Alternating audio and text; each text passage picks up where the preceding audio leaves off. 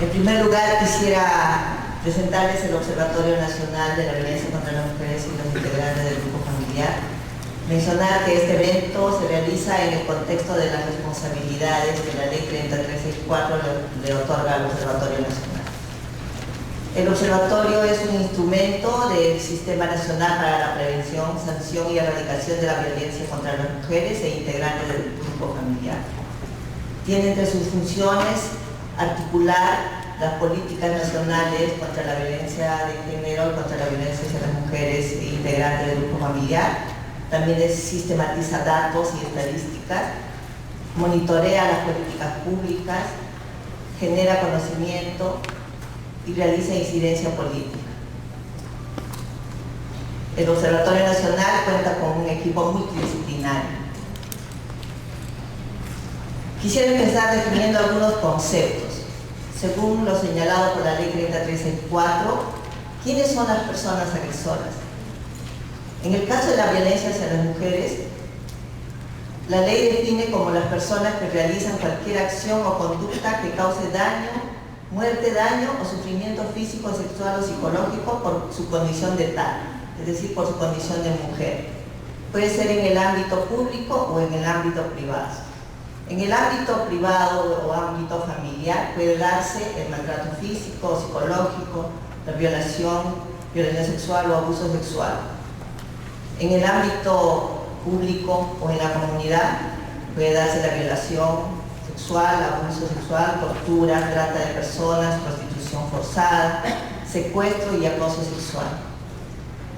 En la violencia hacia los integrantes del grupo familiar, igualmente, es la persona que realiza cualquier acción o conducta que le cause fuerte daño o sufrimiento y se produce en el contexto de una relación de responsabilidad, confianza o poder de parte de un integrante a otro del grupo familiar. En ese caso se tiene especial consideración con las niñas, niños, adolescentes, personas adultas mayores, personas con discapacidad.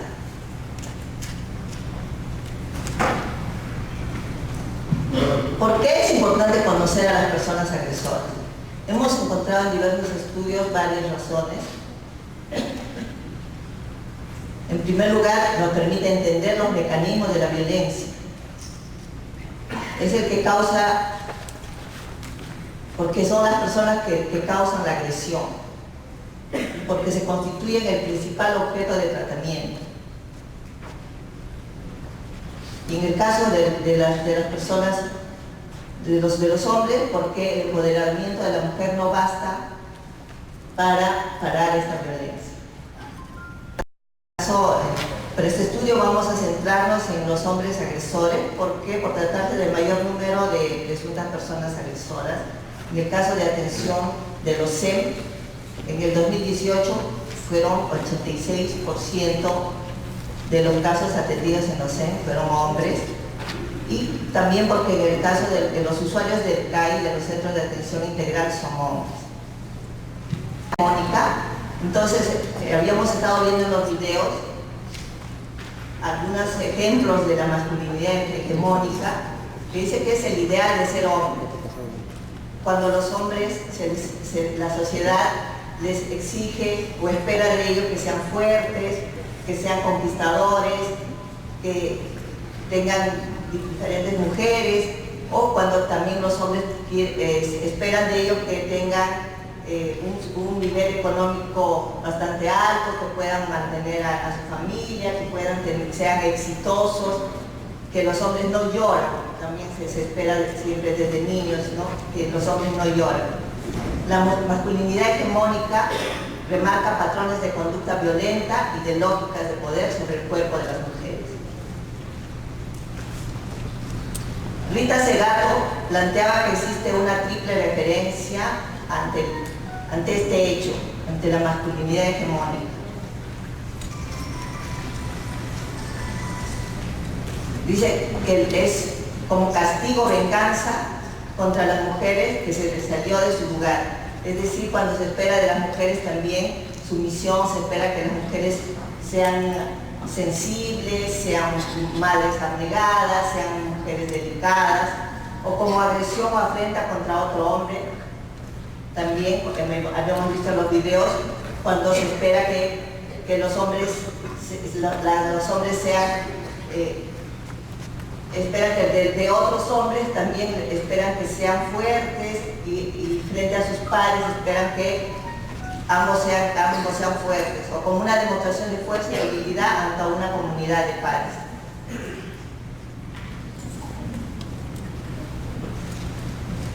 Hemos tomado como antecedentes para este estudio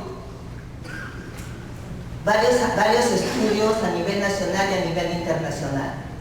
En primer lugar, un estudio sobre violencia contra las mujeres en relación de pareja, patrones de victimización y tipología de agresores, que es del investigador Wilson Hernández y Hugo Morales. Este estudio ha identificado distintos patrones de victimización y una tipología de agresores.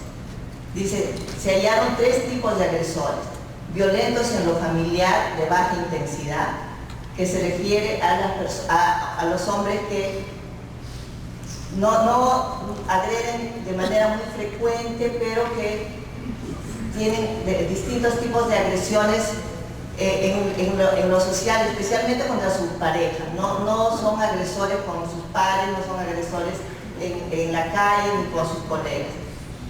También hay otro grupo que son los violentos en lo familiar de alta intensidad.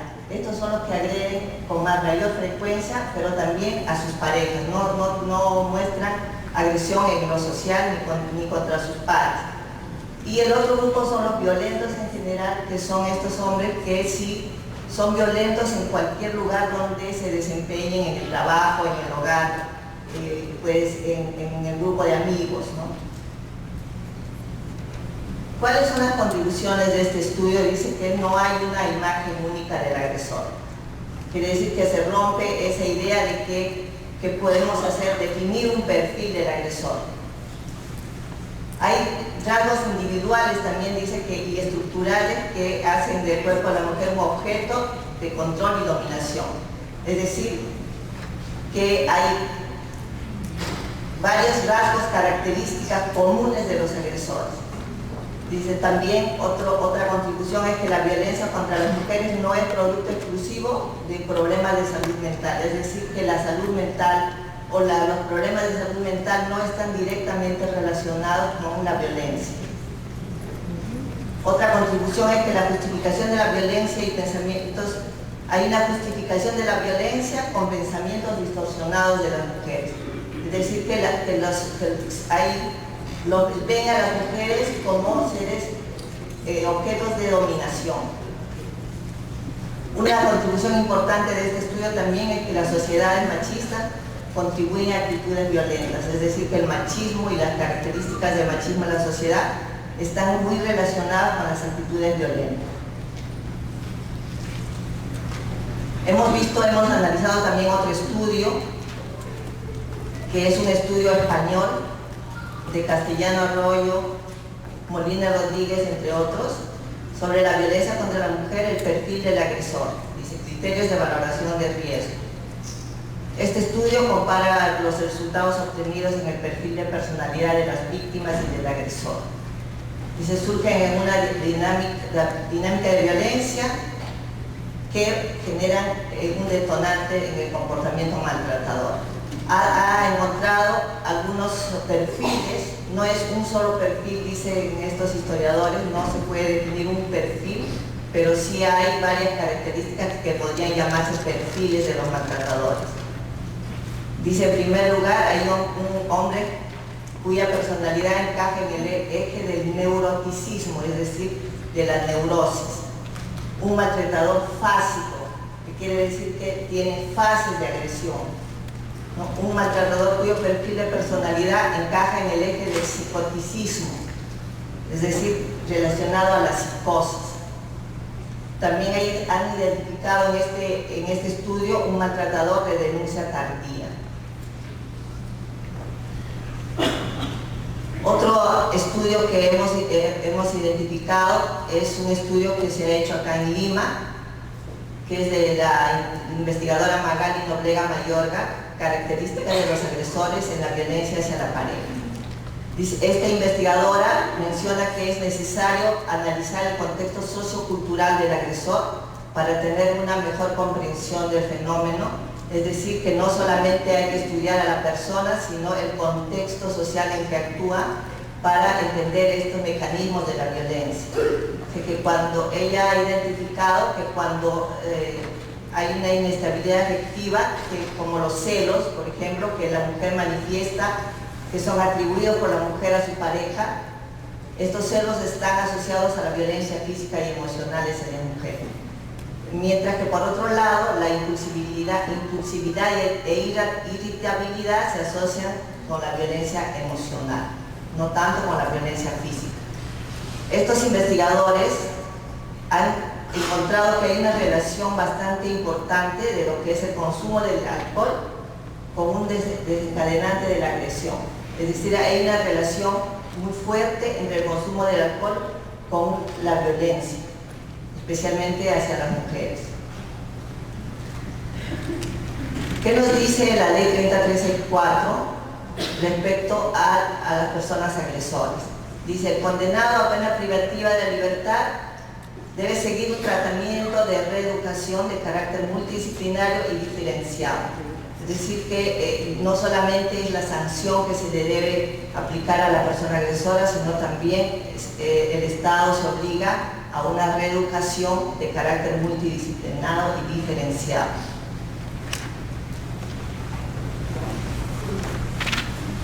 La ley 3034 dice que el tratamiento penitenciario puede, para la reinserción social de las personas agresoras privadas de la libertad, lo brinda el Instituto Nacional Penitenciario, y el tratamiento para las personas agresoras que no están en un establecimiento penitenciario, están libres, el tratamiento lo ofrece los gobiernos regionales y locales en coordinación con el MIN.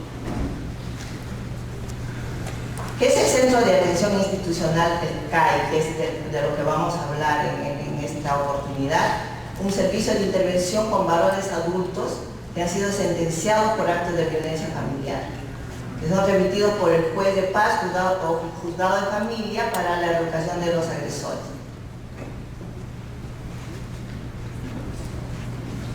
Este Centro de Atención Institucional, les decía, está dirigido a varones adultos, sin perjuicio de la sanción penal que les corresponde. El Estado también, y la ley 3034, dice que el Estado debe implementar un registro único de víctimas y personas agresoras. En este caso, el Ministerio Público está trabajando en la implementación del RUBA, que es lo que se llama, y que ya ha publicado también la resolución de Fiscalía que aprueba su reglamento. El RUBA también es un sistema nacional, es un mecanismo de articulación, igual que el Observatorio Nacional, del Sistema Nacional para la Prevención, Sanción y Erradicación de la Violencia contra las mujeres e integrantes del grupo familiar. Bueno, muchas gracias. Hasta acá. Luego invito a mi compañero Orlando Arturo, que les va a explicar el estudio que hemos realizado esta vez en el observatorio.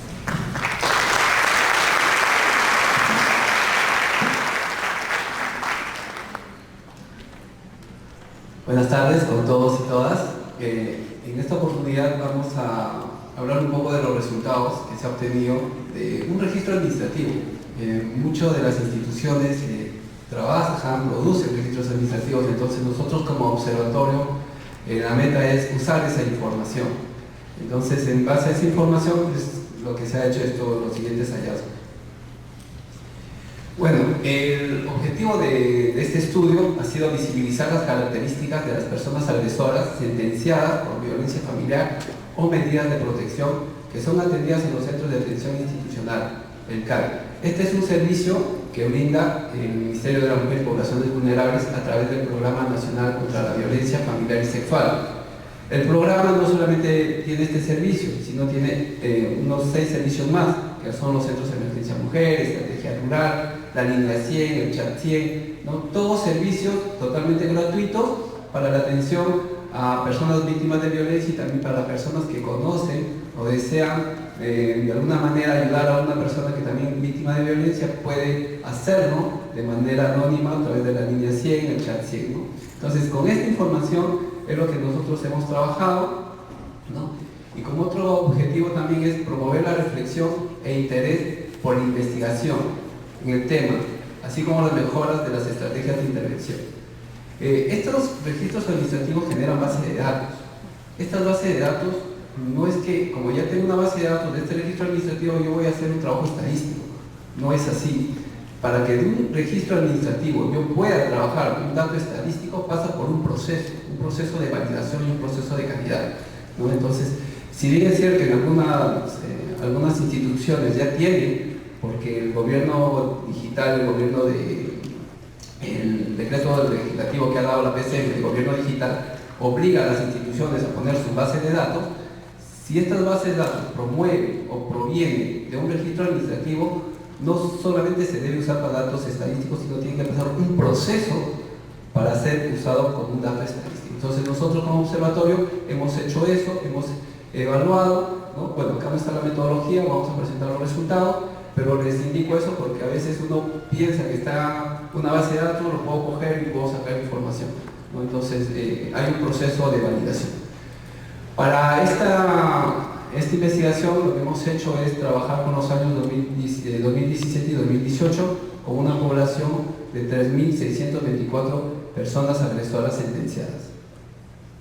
Hemos usado un aplicativo, el software model IBM, que es de inteligencia artificial. Bueno, aquí vamos a hacer como que un análisis previo para todo el análisis de cómo se ha estado comportando los casos, las atenciones que se han dado en el centro de atención institucional. Por ejemplo, hemos tomado 4 años, ¿no? 2016, 2015, 2016, 2017 y 2018. ¿Por qué estos 4 años? Porque a partir del 2015 empiezan a funcionar a nivel nacional 3 centros de atención institucional: el CAI Breña, el CAI Carmen de la Legua y el CAI Huamanga. Entonces, para hacer un comparativo entre los años, hemos tenido que ver que estos servicios mantengan una funcionalidad, ¿no? Entonces, lo que evidenciamos aquí, por ejemplo, en el 2015 y 2016, bueno, las personas que entraban al servicio eran sentenciados, pero a partir del 2017 y 2018 no solamente ingresan personas sentenciadas, sino también personas que están sentenciadas por medidas de protección. Entonces, como ven acá en el gráfico, estas medidas de protección en el 2017 y 2018 se empiezan a incrementar y las personas con sentencia en temas de violencia empiezan a decaer. Entonces, ¿esto a qué nos lleva? ¿A qué reflexión nos está llevando? A que lo que dice la ley, la 30.13.4, es que si yo veo que hay un caso de violencia, ya sea de alto riesgo o de riesgo moderado, el sistema se tiene que implementar y antes de las 24 horas empezar a sacar las resoluciones de medidas de protección. Entonces se están cumpliendo, ¿no? Y parte de esta medida de protección es proteger a la víctima, pero también dentro de esto es darle que esta persona que ha sido sentenciada asista al centro de atención institucional. Es por eso que lo que nosotros vemos acá, que antes del 2016, con la ley anterior, con la 26.260, eran personas que estaban sentenciadas, pero después del 2016, cuando sale la ley 30.13.4, aparte de las sentenciadas, ingresa otro término, que es las medidas de protección, ¿no? Entonces, esto como para ver cómo los servicios en el tiempo también tienen que estar de acuerdo a su normativa, acomodando a lo que dice la ley.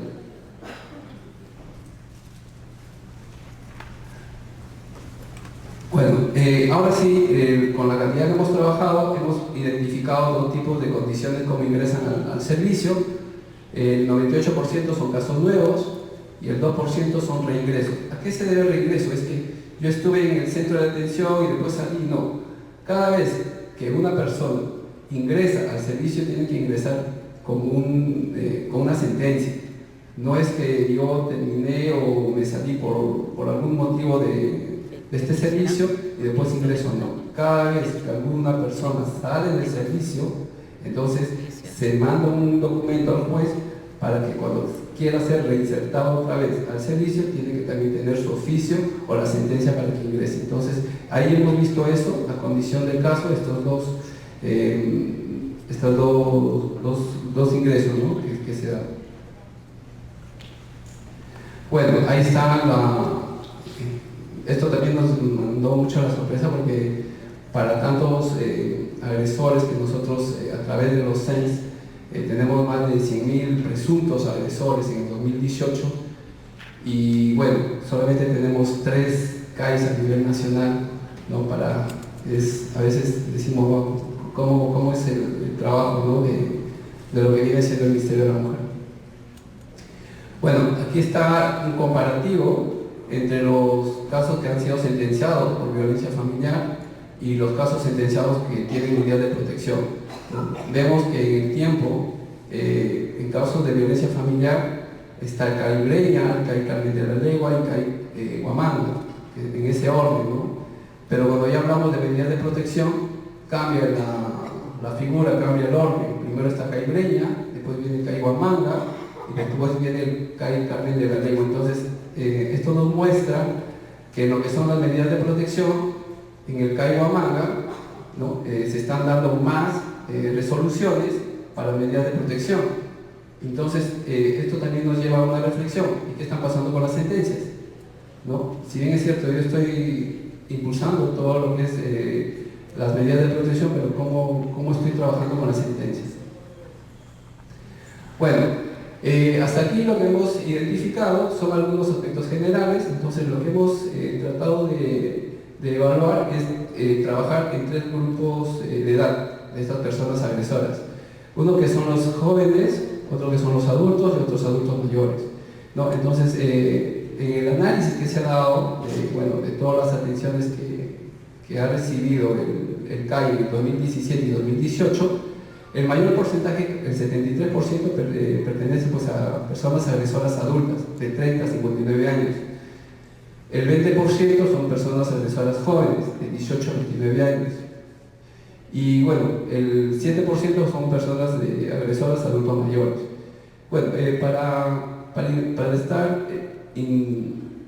ingresar al CAI, ya Karina ya les dijo más o menos cuáles son los requisitos que se tienen que hacer. Son mayores de 18 años, tienen que estar con una sentencia y todos son hombres, ¿no?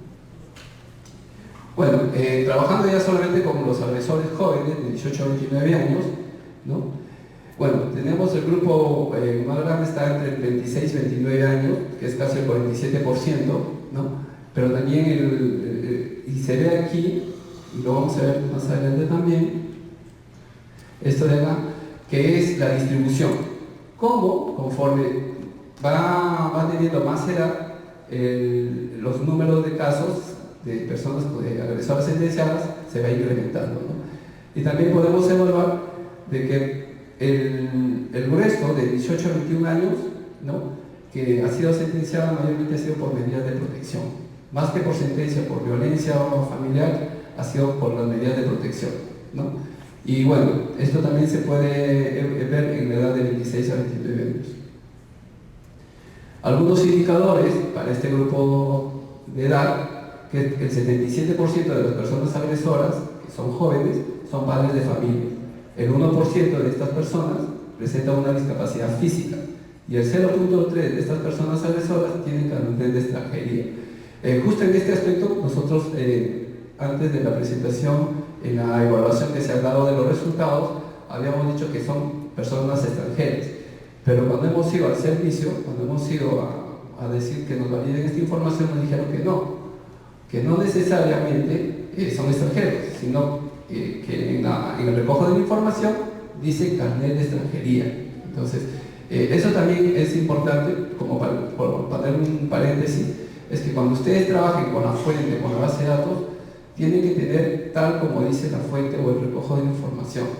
¿Por qué? Porque a veces eso puede orientar a otro tipo de análisis, ¿no?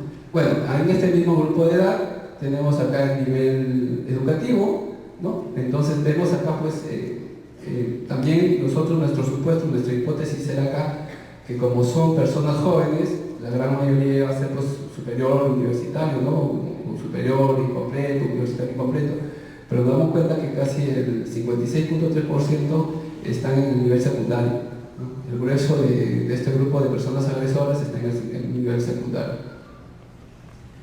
Bueno, acá tenemos lo que es la ocupación de este grupo de edad, de estos jóvenes agresores, ¿no?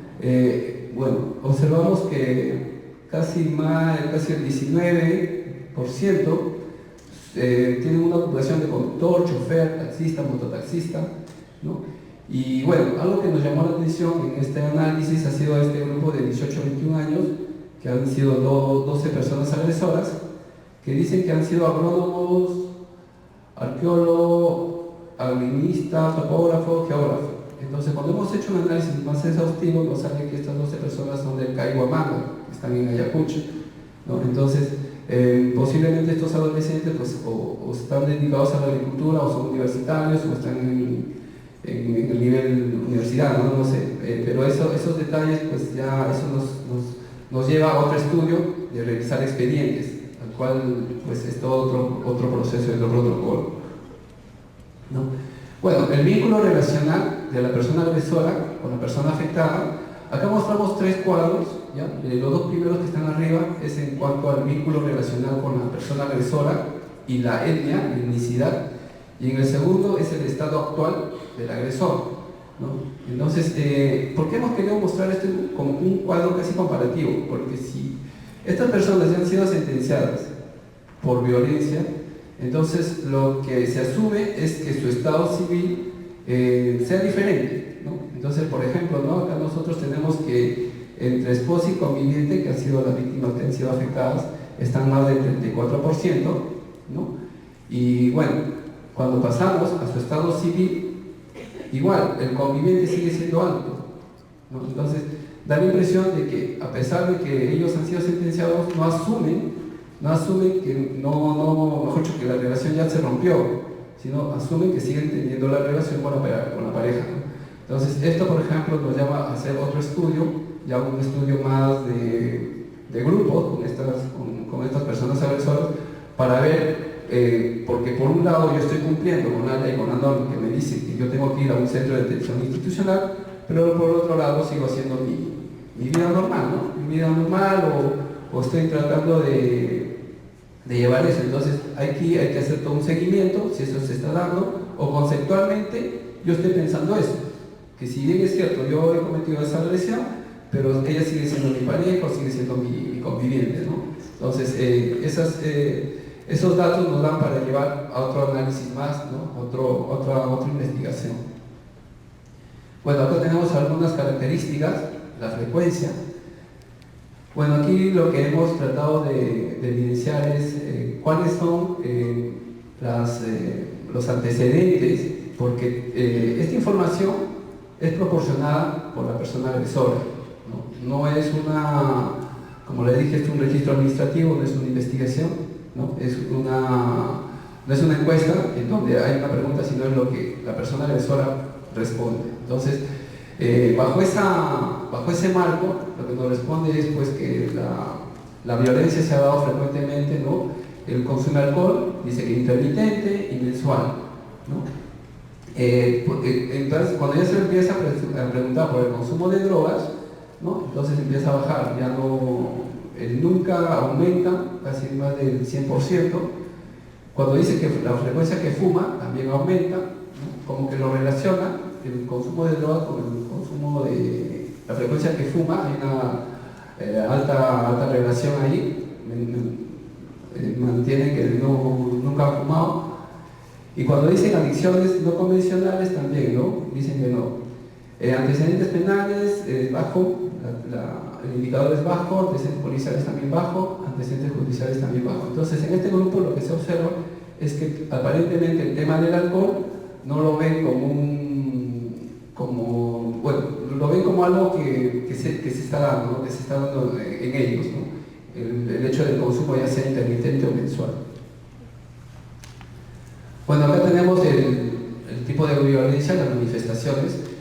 Nosotros siempre buscamos evidenciar la multiviolencia, ¿no?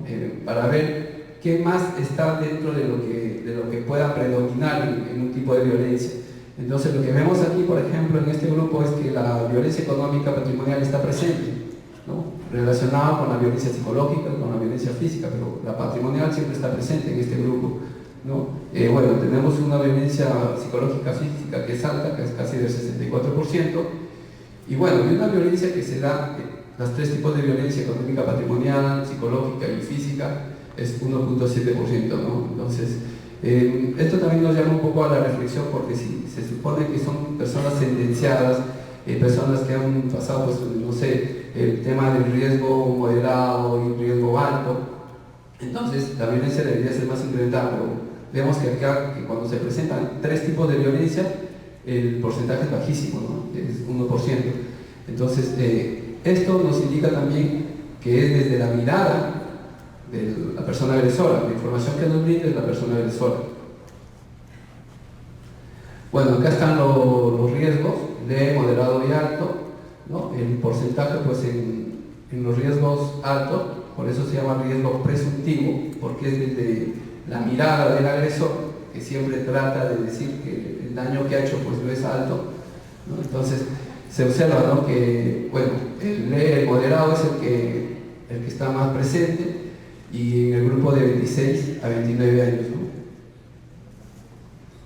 Bueno, lugar de ocurrencia, mayormente en este grupo de agresores jóvenes, se encuentra en lo que es la casa de ambos, ¿no?, y la vía pública, ¿no? Entonces esto también nos ha llamado mucho la atención, porque la vía pública entre sentenciados y las personas que tienen medidas de protección, ¿no?, es alto, ¿no?, es casi más del 18%, y también en la casa de ambos.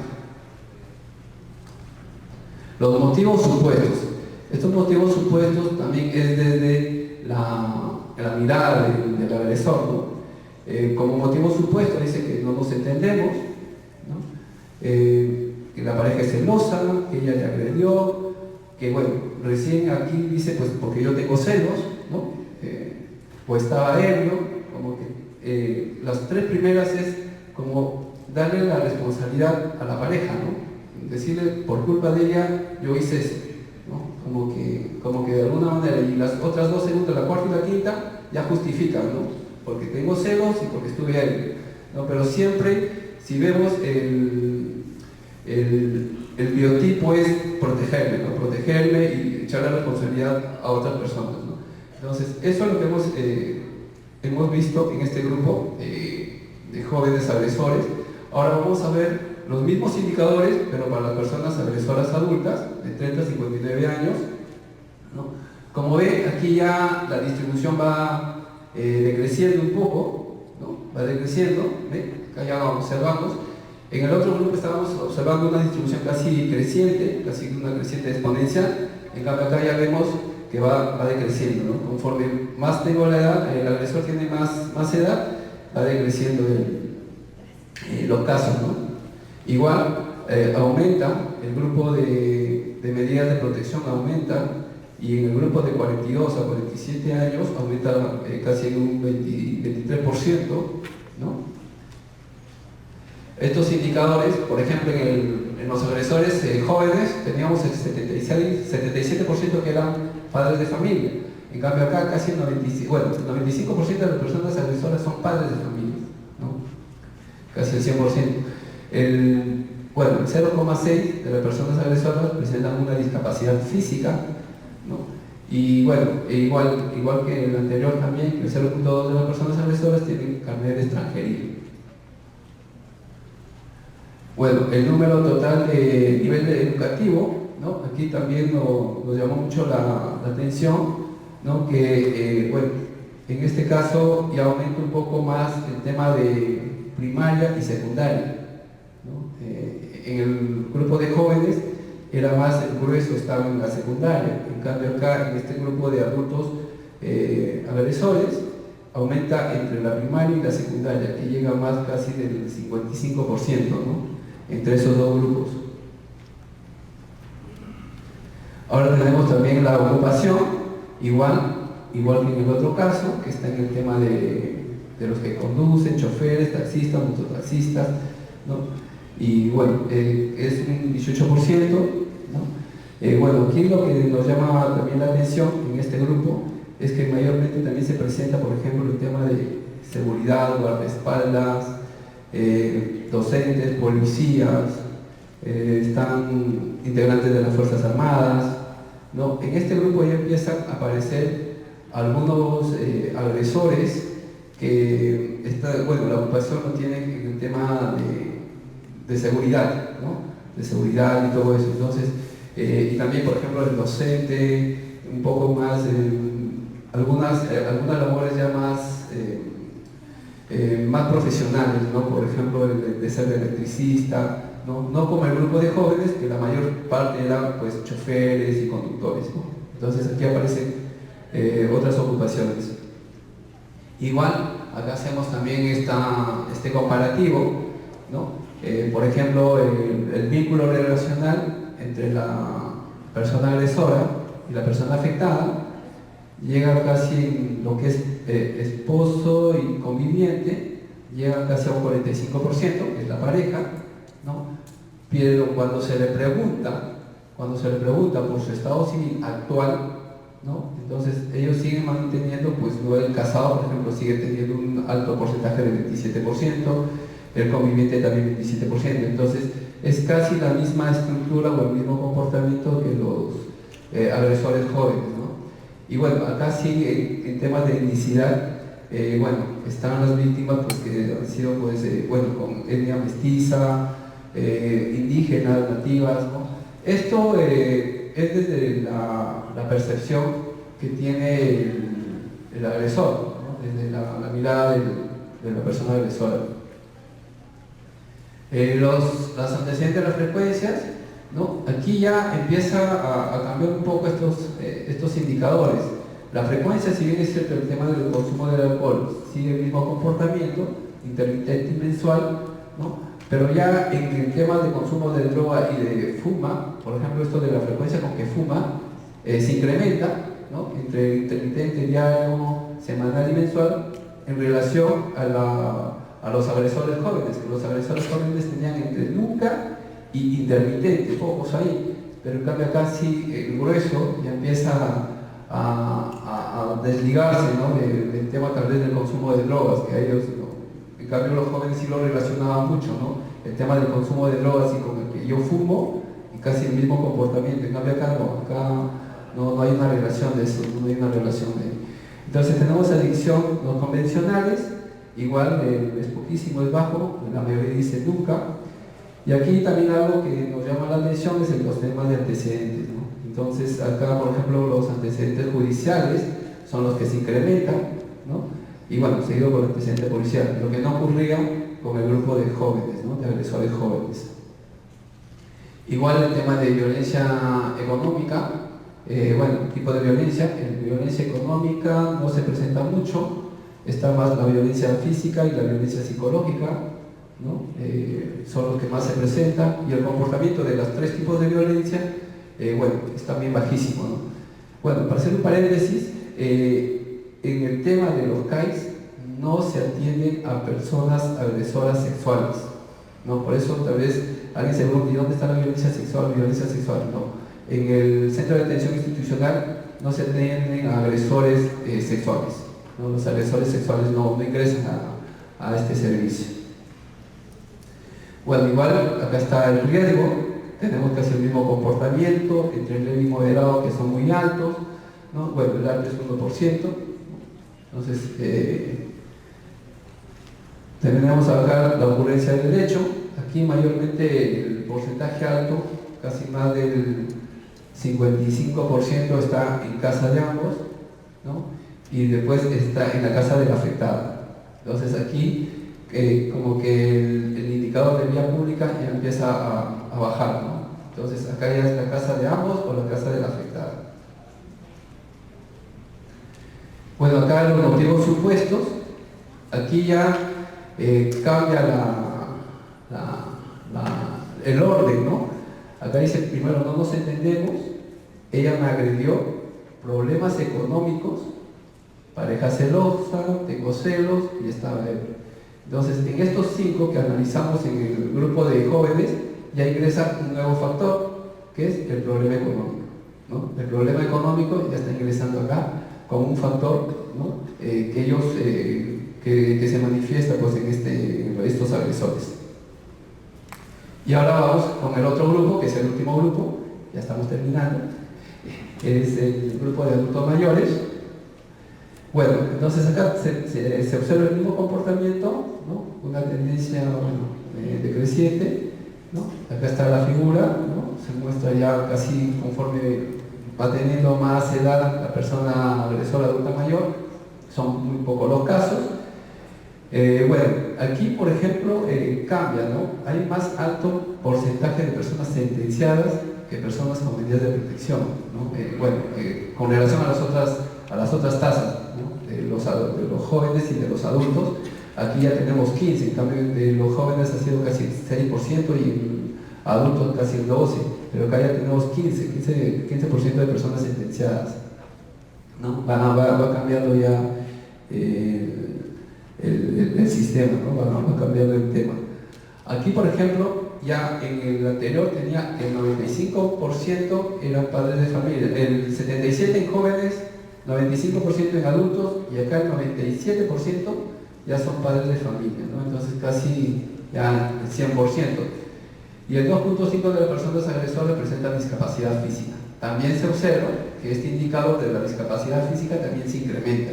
Aquí sí ya no tenemos personas que tengan carnet de extranjería. Bueno, en el nivel educativo, igual, ¿no? Se observa el mismo comportamiento que las personas adultas entre la primaria y la secundaria, ¿no? Casi más del 45%. Igual acá en el tema de la ocupación, ¿no? Observamos, por ejemplo, de 80 a más años, que hemos tenido registrados del 2017 al 2018 solamente 4 personas agresoras sin ocupación, ¿no? Sin ocupación, ¿no? Y bueno, igual también el tema de algo que nos ha salido, el tema del conductor, chofer, taxista, mototaxista, ¿no? Y bueno, acá también hay otro que es el mecánico, ¿no? Relacionado también un poco a la parte automotriz. Entonces, igual acá el comparativo entre entre el perfil, entre el vínculo relacional, ¿no? Entonces igual el mismo comportamiento, ¿no? Esposo y conviviente, que son el mayor porcentaje de víctimas, de mujeres que han sido víctimas, ¿no? Y el tema es que también, ¿no? El tema de cómo está, cuál es su actual estado civil, igual, ¿no? El casado 50%, ¿no? Entonces, este indicador, el mismo diagnóstico es que las personas, a pesar de que están con este proceso, ¿no? Con esta sentencia, igual asumen que siguen teniendo la relación, ¿no? Con la pareja. E igual la frecuencia, aquí ya la frecuencia también en el consumo de alcohol es la misma, ¿no? Intermitente. Lo que aumenta es los antecedentes judiciales, ¿no? Antecedentes judiciales aumentan, ¿no? Casi un 20% aumenta. El tema de violencia, aquí ya no se presenta la violencia económica, ¿no? Si bien es cierto está ahí, pero ven que está con 0,0, lo hemos puesto para que se den cuenta de que cuando estábamos en el grupo de jóvenes, la violencia económica estaba fuerte, presente en todo. Cuando vamos a adultos, la persona, agresores adultos, va bajando, y cuando estamos en adultos mayores, ya no. Entonces ya el tema, no sé, el tema económico patrimonial ya no es más fuerte, sino está el tema físico, el tema físico y psicológico, ¿no? Igual, aquí ya no tenemos, en este grupo que hemos estudiado, no se ha presentado un caso de alto riesgo, ¿no? Usualmente tenemos ley moderado. Igual, acá se da mayormente la violencia en casa de ambos, ¿no? Y bueno, aquí el tema de los factores, ¿no? Los motivos. Tenemos como primer lugar problemas económicos, ¿no? Entonces, hemos visto que en el grupo de jóvenes no había esto, en el de adultos sí aparece, y acá en el de adultos mayores lo más fuerte son los problemas económicos, ¿no? Bueno, sospecha de infidelidad, se quiso llevar a mi hijo, no cumple con sus obligaciones, no hace lo que pido. Empiezan a entrar otros factores donde nos llama la atención porque de alguna manera es como que tú tienes cierta obligación, ¿no? Yo soy una persona adulta mayor, tal vez, soy el que pone, no sé, la economía en la casa, pero tú tienes ese derecho, tú tienes esa obligación, ¿no? Tú tienes esa obligación. Y esto es desde la misma mirada del agresor, ¿no? No es una evaluación o un test que se le ha aplicado, sino es desde la misma mirada que ha hecho el agresor. Bueno, aplicando los modelos ya predictivos, para el grupo de jóvenes hemos identificado que, bueno, uno de los factores es el consumo de alcohol en estos jóvenes, ¿no? De 18 a 29 años. Bueno, viven frecuentan la casa, ¿no? Viven en la casa o van de vez en cuando, y presencia de violencia económica patrimonial, ¿no? Y la persona trabaja. Este es el modelo que nos ha salido, que es una de las características de los agresores jóvenes, ¿no? Ahora, para las personas agresoras adultas, ¿no? Está el nivel educativo de la víctima, ¿no? La ocupación, que hay una ocurrencia de casi 0.38, y es un vínculo relacional, ¿no? Está muy relacionado con la pareja. Y bueno, y problemas económicos, ¿no? que se empiezan a mostrar, como ya lo vimos en los cuadros anteriores, ¿no? Entonces el modelo es ese, ¿no? Con esas 4 variables. Y para las personas adultas mayores, y bueno, esto también nos da un indicio porque como han sido pocos casos, ¿no? Entonces no hay mucha información que explotar. Nos salió pues que ahí está la violencia física, que tiene antecedentes judiciales, y el vínculo relacional, ¿no? De convivencia. Bueno, y para terminar, pues algunas conclusiones de este análisis, ¿no? Que hemos desarrollado es: conocer a las personas agresoras es clave para hacer frente a la violencia contra las mujeres e integrantes del grupo familiar. El alcohol y las drogas son desencadenantes de la violencia. Los resultados muestran que los problemas económicos están relacionados al incremento de la edad, según manifiesta el agresor, ¿no? Entonces eso es uno de los hallazgos que hemos encontrado. También es necesario trabajar más en la prevención a largo plazo, especialmente en la educación desde la infancia y la adolescencia. Promover nuevas masculinidades, que no toleren la violencia. También el trabajo, y bueno, el trabajo que hemos desarrollado es que no necesariamente toda esta asistencia que se da a las personas agresoras es solamente del sector del Ministerio de la Mujer, sino que aquí se deben involucrar los gobiernos regionales en los niveles nacional, provincial, hasta distrital. Ellos deben asumir este rol, porque si bien es cierto, el Ministerio tiene a los especialistas para dar asistencia técnica, pero son ellos los que deberían tal vez impulsar en trabajar con estos hombres, y no necesariamente que estén sentenciados, porque conocemos la ruta, conocemos cuál es el proceso, conocemos cuál es la demora de esto. Entonces empezar a trabajar con estos conceptos que lo hemos dado en los inicios del PPT: masculinidades, empoderamiento, ¿no? Trabajar con eso, trabajar con estas personas, con estos hombres, para poder tener otro cambio, otra mirada, ¿no? Y bueno, agradecerles por la participación del día de hoy. Gracias.